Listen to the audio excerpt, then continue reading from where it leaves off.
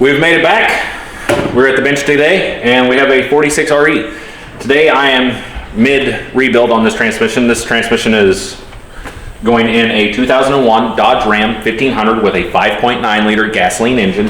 We're not going to go through every step of the rebuild procedure, and we're not going to go through all of the clutch tolerances in this video. This video is a assembly video to show you the basic assembly of a 46 RE transmission. So we're going to start at the top, work our way down, and hopefully we'll end up with a whole transmission by the time we're done.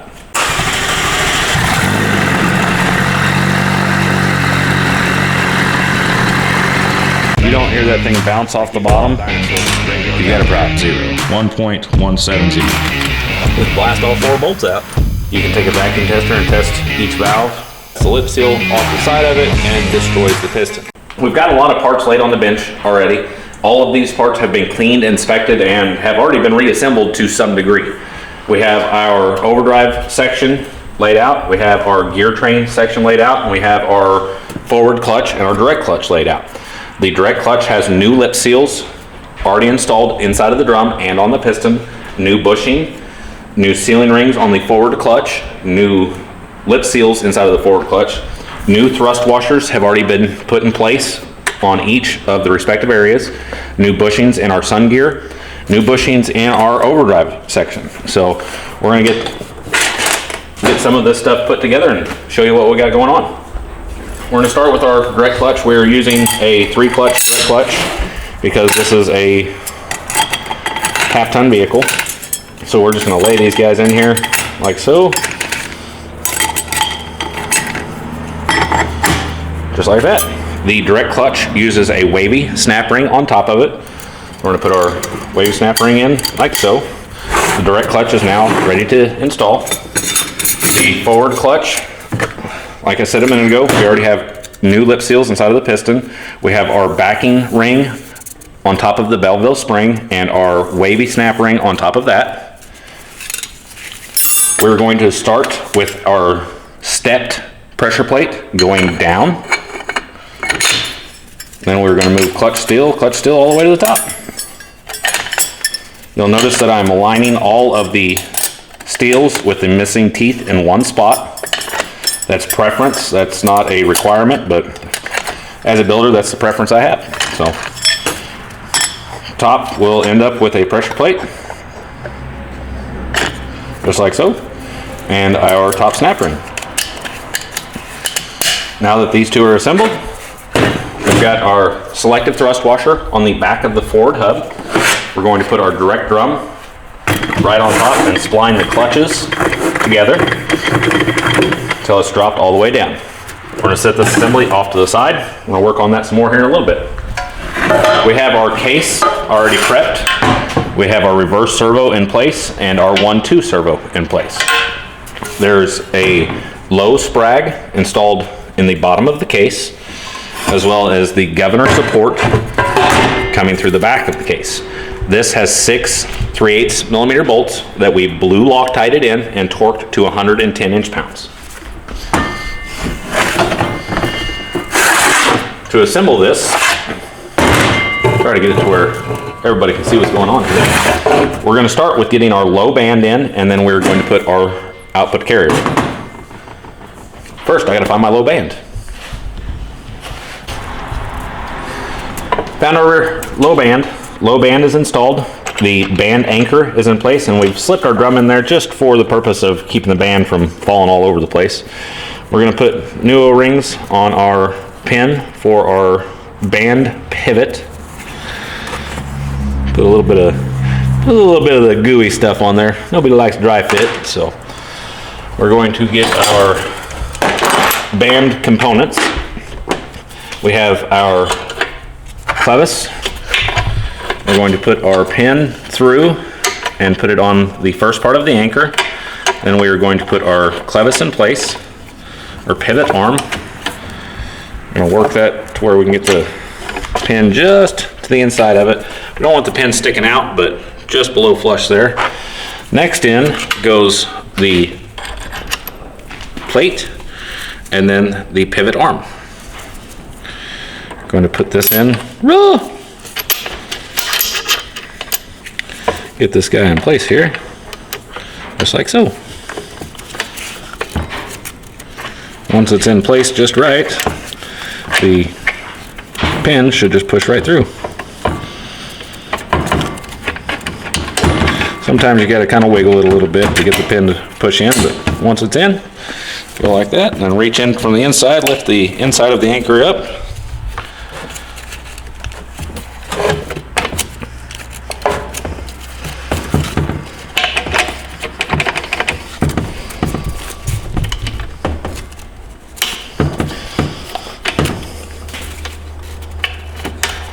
If I can get my fingers to work, we'd be doing way better.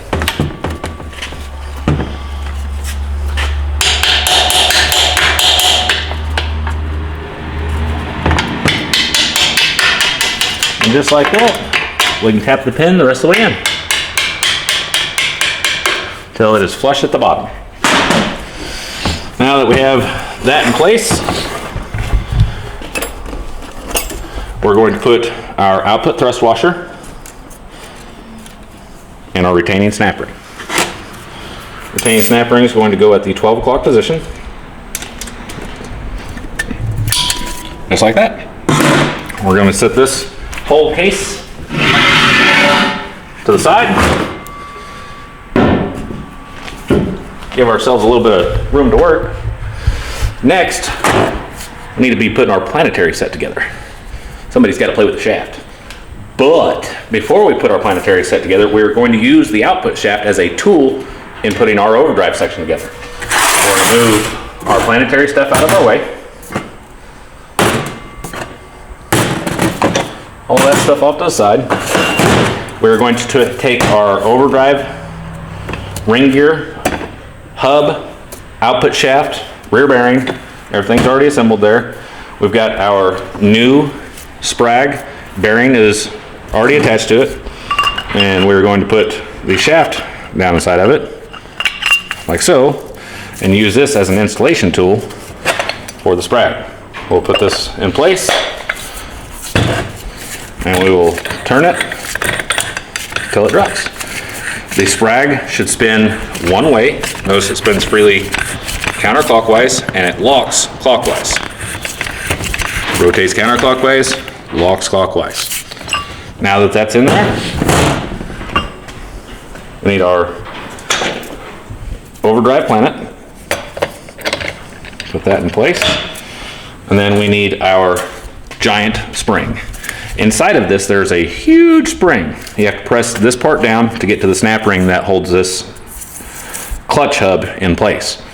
Do not take this apart unless you have a press and you are holding on to it with dear life. We're going to drop this into place, and then comes the fun.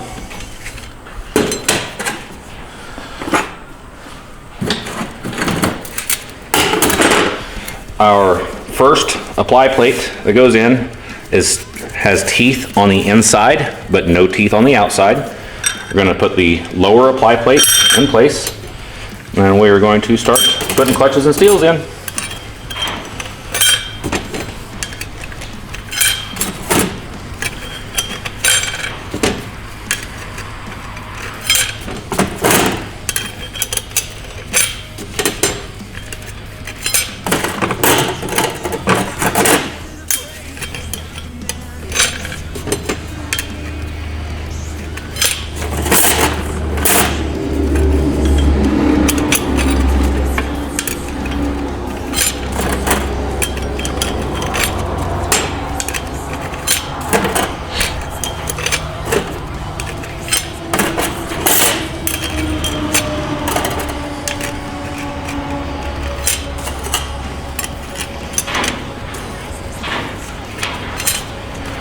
Now we can put our top apply plate in place. We are going to use a new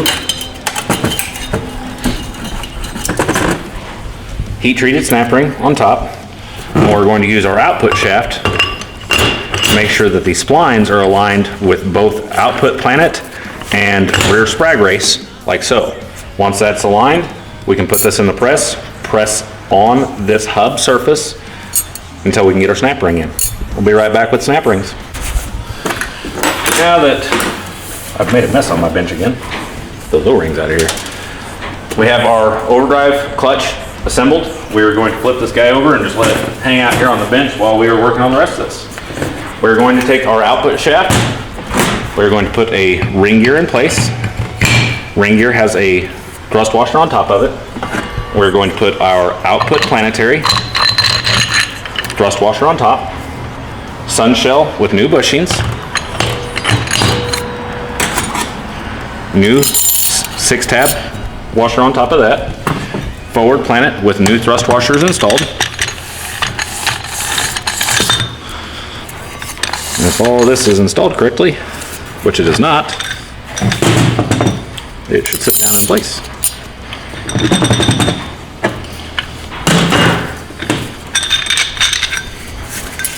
Thrust washer.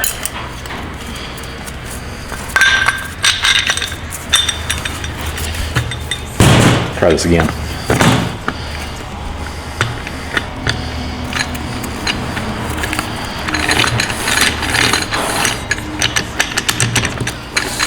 Just like so.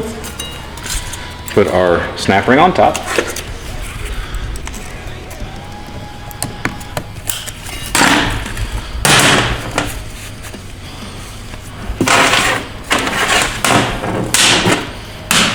Now the fun can begin.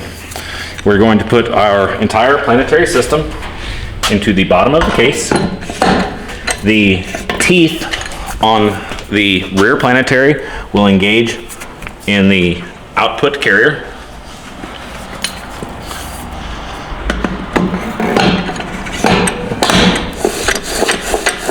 Spins just like that.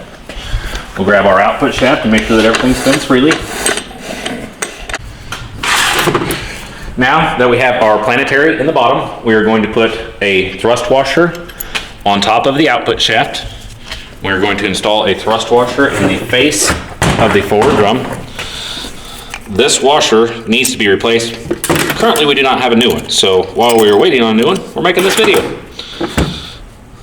We're going to stick this old washer in there for the purpose of showing where the washer goes. If I can get it back into position here. Get down in your hole. This washer is directional. It will only go in one way. So we're going to set that in there. Flip our drums back over and put our drums in place.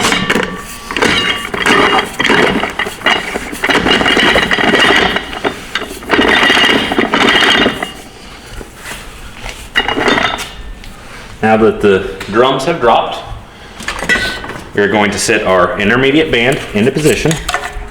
We're not going to put the band anchors on at this time. We're just going to get the band in there, and we're going to set the band anchors in place after we get the transmission laid back on the bench. And get the band to stay in place. There we go, like so. Now, for the fun part. This is the front pump body. This one's a little rusty on the outside, but luckily that doesn't hurt anything. We have a new front seal installed.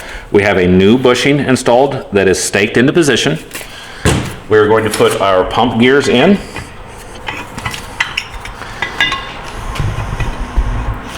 The pump gears are not directional, but they are eccentric.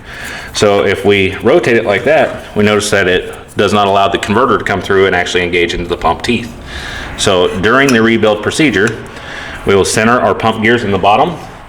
We'll take blue transmission gel, and we're going to pack the inside of this tooth to prevent the pump gears from falling out of place and make sure that our converter snout can go all the way in whenever it is time to install it.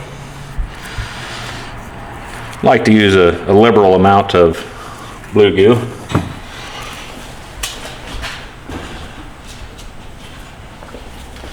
Take our favorite lip seal installing tool here, get all the excess blue goo off there that we can. Now we can install our stator support. The stator support has holes right here that have check balls driven in them. These holes line up with these 3 holes right here. You can put this thing in incorrectly and it will not work. Ask me how I know. How do you know? One time at band camp, Man, these pump gears, we didn't get along. We're going to install our bolts. These ones we're just going to put finger tight for now until we get our torque wrench up here.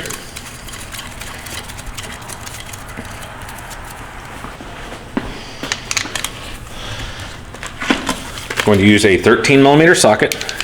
We're going to torque this to 18 foot-pounds. I like to make sure that all the bolts have been ran down by hand first. I like to start on this bolt, mainly because if you start on this bolt or this bolt, you cannot get your socket on this bolt. So I always start on that bolt and work in a star pattern.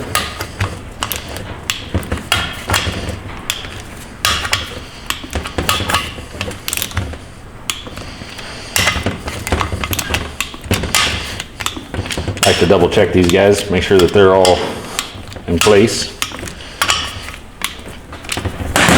Then we're going to lubricate our O-ring on the outside of the pump. Liberal amount of O-ring goo. No, nobody likes a dry O-ring, so you gotta make sure that we get plenty of blue goo on there.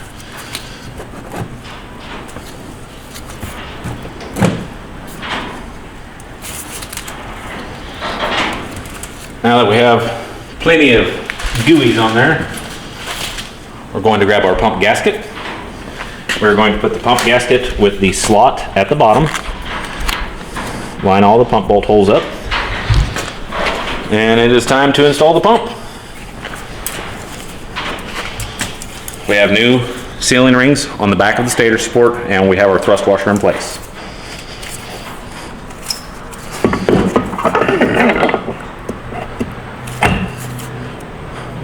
Pump should go in and then just push right into place, just like so. Since we are making this video and waiting on one new selective washer to come in, we're only going to install 2 pump bolts.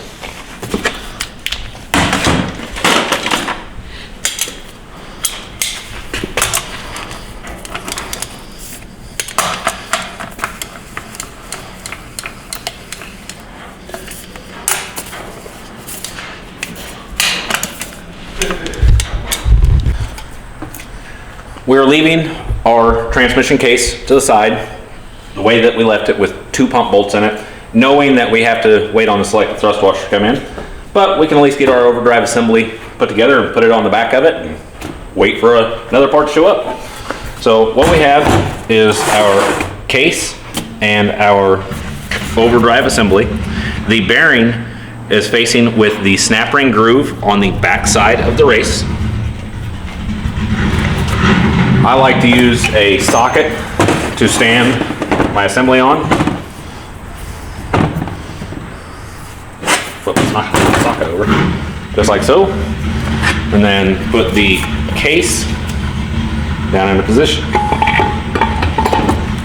Reaching through the front here, we'll open the snap ring.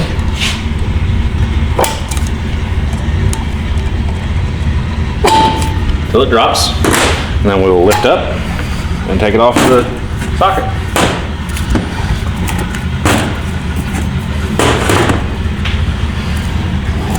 Output should spin nice and free. Absolutely beautiful. We're going to get our overdrive clutch in place, or coast clutch. Stop that guy from spinning. We're going to put our flat snap ring in first and face it towards 11 o'clock. We're going to put our waved snap ring in next, and we're going to face it at 6 o'clock. Okay, we have our 2 snap rings in place. We're going to start with a apply plate in the bottom. And then we're going to go clutch steel all the way to the top.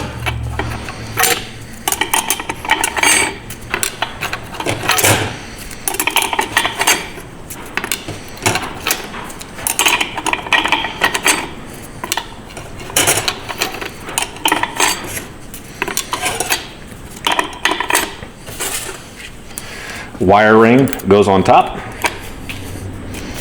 like so. Now, here is where it gets a little interesting. There's a couple of different ways to do this. I'm going to show you guys the cheating method for checking the overdrive clearance. We're going to pull our wire ring back out. We're putting the selective washer on top and our bearing in place. And we're going to set the piston on top, just like so. We're going to take a 100 thousandths drill bit and verify that the 100 thousandths drill bit has just a light amount of drag on the side of it. As long as this tolerance is right at 100 thousandths, this thing will stack up absolutely beautiful.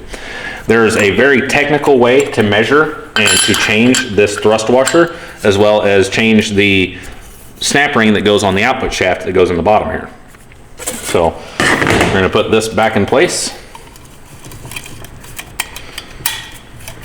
And we're ready to put it together. We have our transmission case stood face up, or face down, on the bench here. We're going to put our overdrive piston into the governor support. I call this governor support, and in the early 46 and 47 RH family of transmission, you had governor feed tubes that actually fed to the governor that was in the back of the unit. The later electronic units, 46RE or 47RE or 48RE, do not use a mechanical governor. So while this is not a governor support any longer, that's what it was originally called, so that's the reason that I insist on calling it a governor support. The overdrive applied piston has these two tangs that hang off the back of it. They have to go into these holes right there. So we're going to put our piston into place. I like to slowly ease the piston down and rotate the piston to verify that it is in the holes that it's supposed to be. Once it's in correctly, it should only rock side to side just a little bit. This piston, you can use a lip seal installer or a feeler gauge, anything like that, to put the piston in. I like to just make sure the seal is started and then work the piston in place.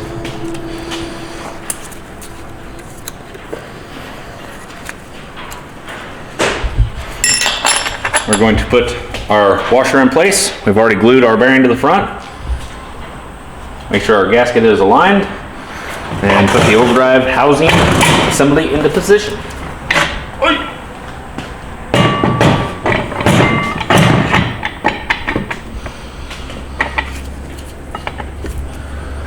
Once this is installed right, should just tap right on. And that's it. By golly, we've made it to the end. We're ready for some bolts and get started on a valve body. The reason that we're doing this is because we do not have enough pieces. The reason that we are stopping at this point and we're not actually doing a complete build video is that we are waiting on the one selective washer in the front of the transmission. I build my units a little different than most people. I like to build and put it together, take it apart, put it together, take it apart. I like to verify my total in clearance, and I like to verify that all of my washers are correct. Once the unit is at this position, typically we would be installing our output bolts, or our bolts that hold the overdrive assembly on. Then we would be adjusting bands and so on and so forth, getting ready for a valve body. Since we do not have enough pieces to complete the transmission, this is where we're going to stop. We're going to push this thing to the side and we're going to work on something else today. So I hope this helps somebody during their assembly process, and if you have any questions, feel free to reach out to us. We'll gladly help as much as we can, and we'll see you guys on the next one.